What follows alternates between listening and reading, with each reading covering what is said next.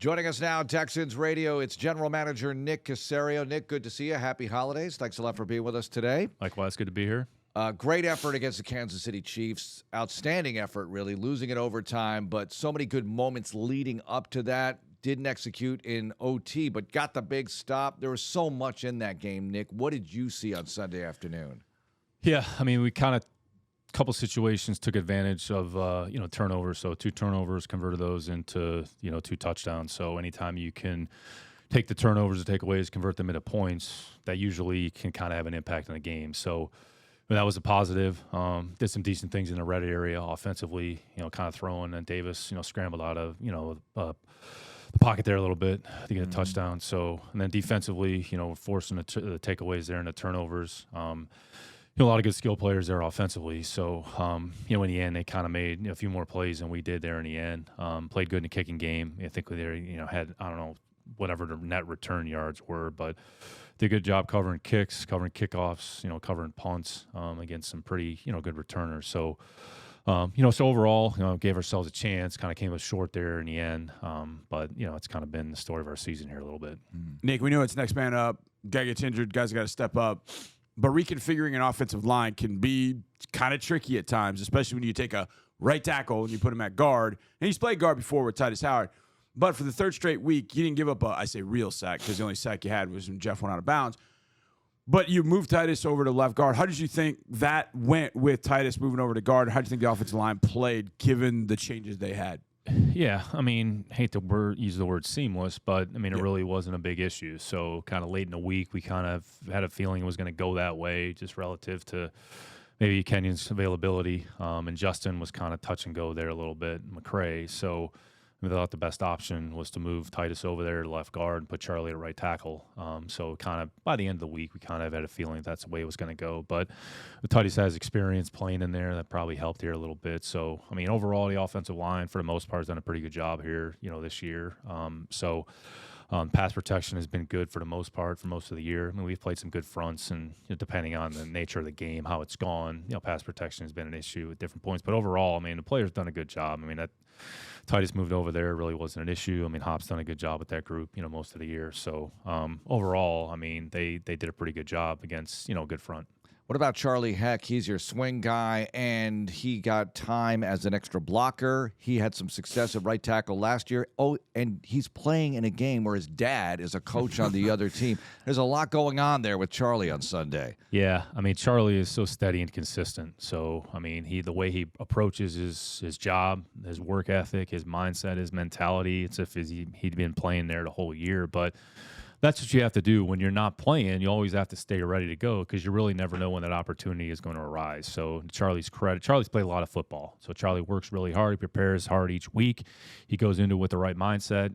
He may play. He might not play. This week he had an opportunity to play. He played all the snaps, and he's played a lot of football for us there at right tackle. He did last year when, we had to shift Titus over, and then Charlie played right tackle, or, when Cannon was out of there. So Charlie's really improved from the time he was drafted to kind of where he is now. It's kind of a pretty cool moment. We got a chance to see his dad there before the game. So, his dad's a really good offensive line coach. Was a good player for a long time. He's a good offensive line coach. Charlie's been good to work with. He's done a good job, and he played well the other day.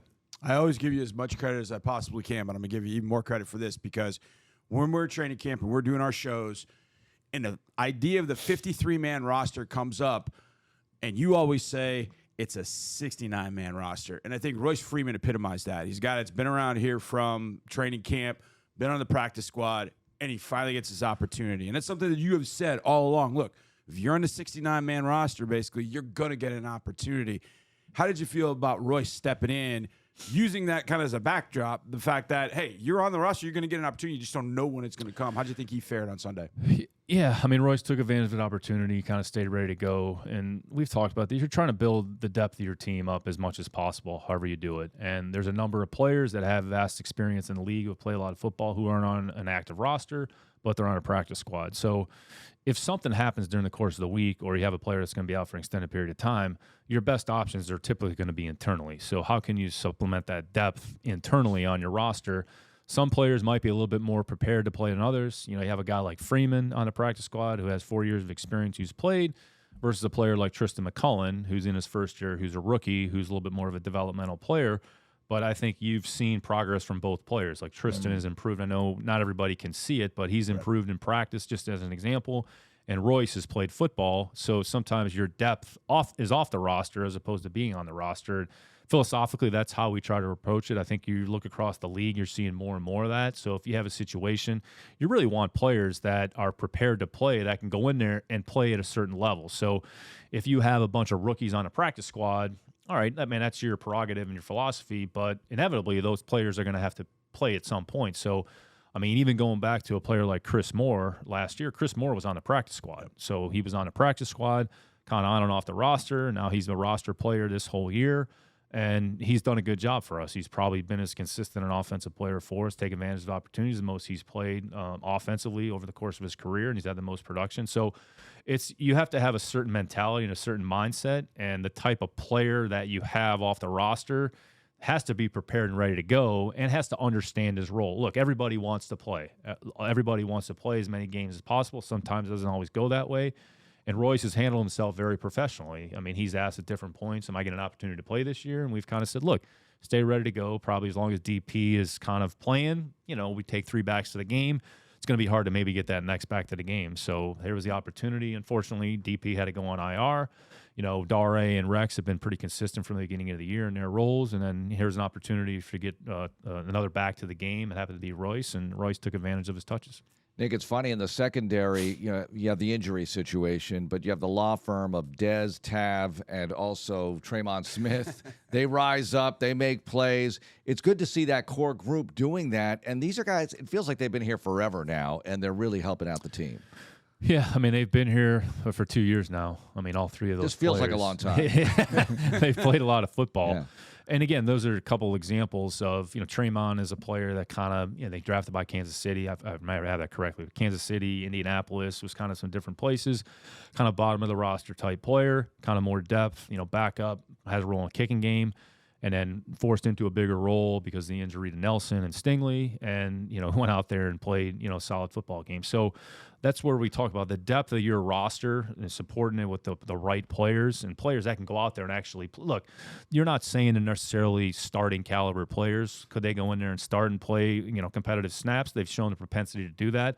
Dez probably has the most experience, had the most play time. He's played corner, he's played nickel, and his versatility to be able to do both. So he's done a little bit of everything for us. So it's a credit to him.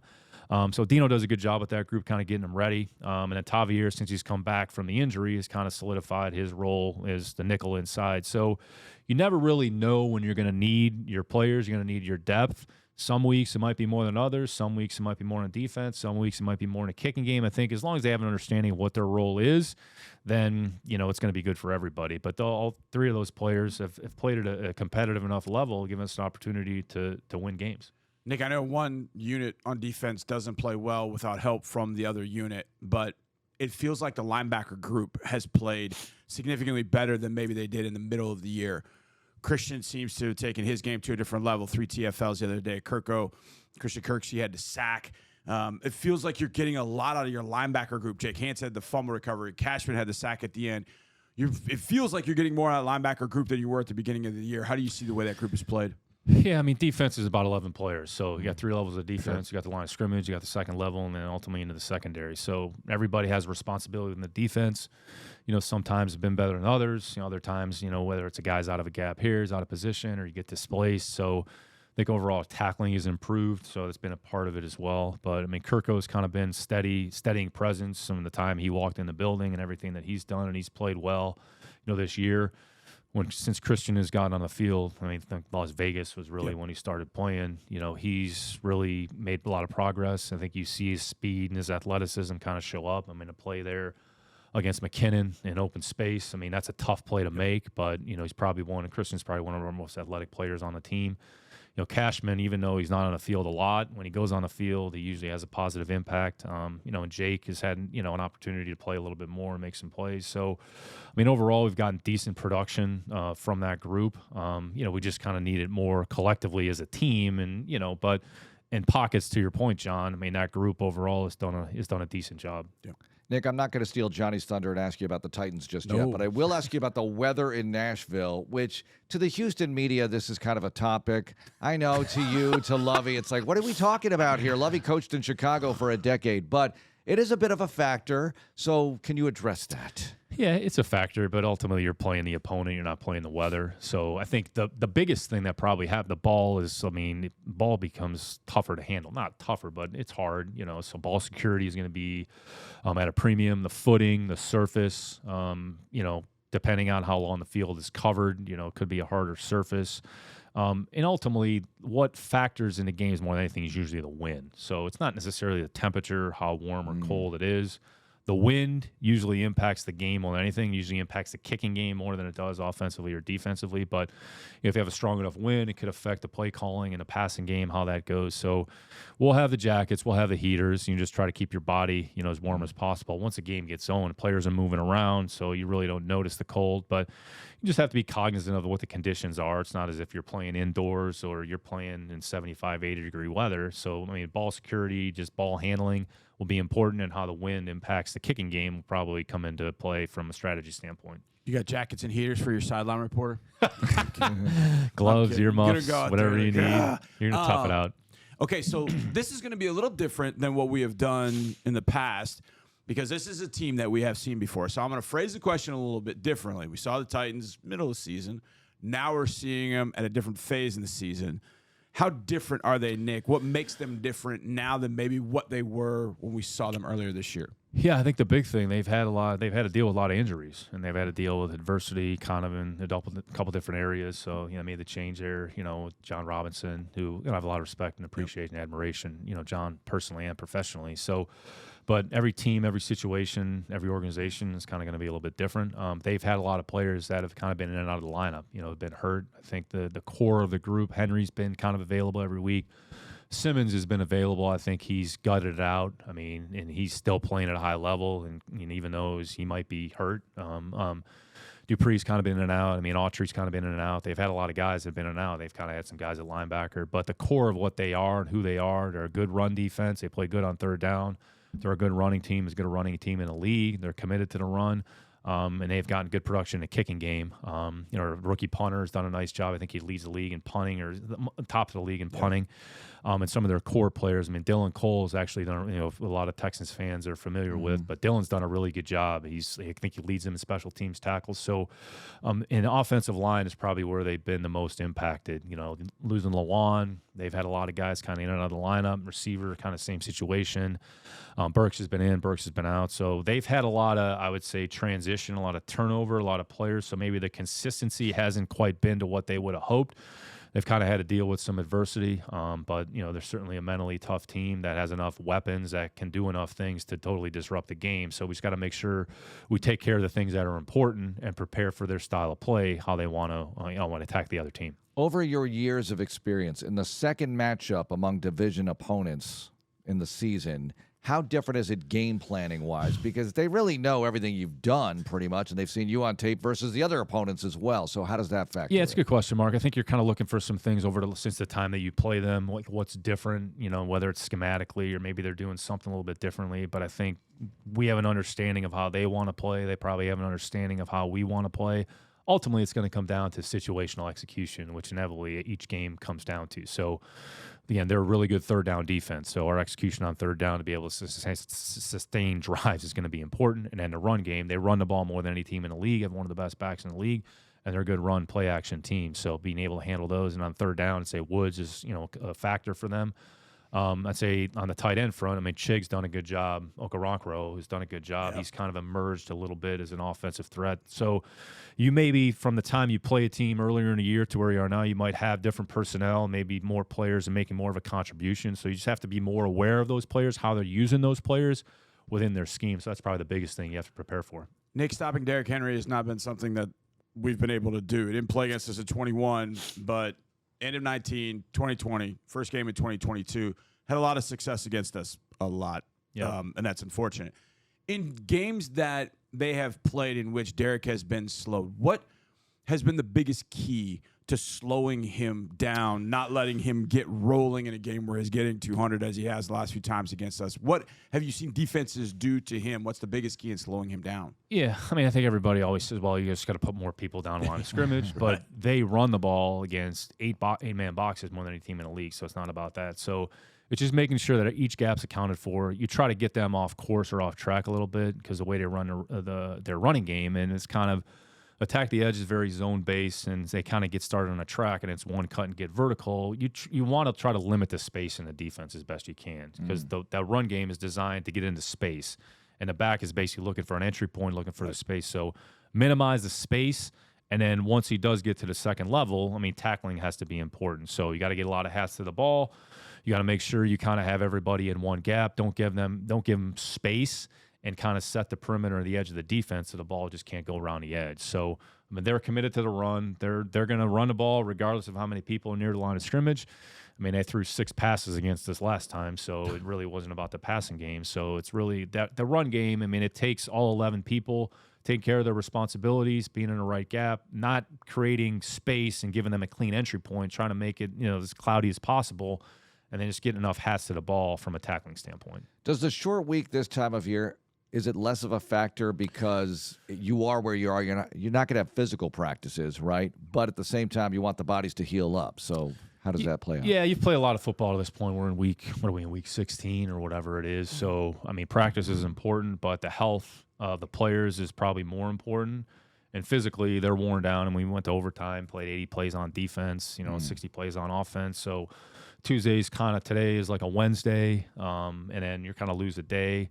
But ultimately, mentally, it's probably more important than anything else. Just understanding who we're playing, understanding their personnel, understanding what they're doing schematically, and then the players getting themselves to a point physically where they can go out there and feel good about where they are and be able to go out there and perform, at an optimal level on Sunday. I would imagine, you're a football guy, so you're watching football a lot, whether you're watching it for work or you're just watching football. How strange is it for you to watch a game between the Raiders that have got some of your great friends on one side and a lot of your other friends on the other side? And B, have you ever seen a game end the way that it did in Las Vegas? Yeah, I mean, you're almost like watching as a fan. I mean, there's relationships that run very deep on both sides exactly. there. I'd say unfortunately, the closest end of the game to that game was, I forget what year it was. We played down in Miami, the end of the game where they had with 7 seconds left in the game, and they ended up, hooking ladder, or they tossed the ball, and then they win in the last play of the game. So unfortunately, it was kind of a part of one of those, but a little bit different than kind of what happened on Sunday. They weren't tied with you, right, at the time? I can't remember exactly what the score was. Or we were, I think we were up in the game. Yeah, you were. So he ended up winning the game on the last play. So, but I'd say really it's a good example of games come down to situational football, and it could be one play at the end of the game, it could be one play in the middle of the game. So how you handle that situation, and it's probably a learning experience on both sides of it. I know it was a learning experience for us back in New England, the Miami game, kind of how we played sort of end of the game defense. So hopefully you just kind of learn from that situation. You're really never going to know when it's going to show up, what's going to show up, and how you handle it. But, I mean, I'm sure there's a lot of emotions that were in the stadium for that last play. Yeah, did y'all put Gronk through more tackling exercises after that at that point? I think we took him off the tackling exercise and then focused on playing tight end. Nick, what about the holiday season? You've been in this business a long time. How do you handle it? Because, hey, everybody's got a Christmas list, and you have a lot of work to do. So how do you balance that? Yeah, you got to have a lot of helpers. Hopefully you have a lot of elves that can help you. So, but we're getting there. We're getting ready for the holidays. So I know our girls are excited about it. Honestly, the staff and the people in the building here is important. You want to try to reward them for the work and everything that they've done this year. So, I mean, holiday, it's a great time for everybody. We have a job to do, so we got to focus on playing football, trying to play good football. And then, I think we're kind of fortunate, after the game on Saturday there, everybody will kind of be off on Sunday for Christmas, which they should be with their family, and then kind of come back, following week and kind of get ready to go for the next challenge in front of us. So, happy holidays and Merry Christmas to everybody. Merry Christmas to the crew here. So it's always good to visit with you guys on a weekly basis. All right. Thanks a lot, Nick. Merry Christmas. Good luck. Thanks, guys.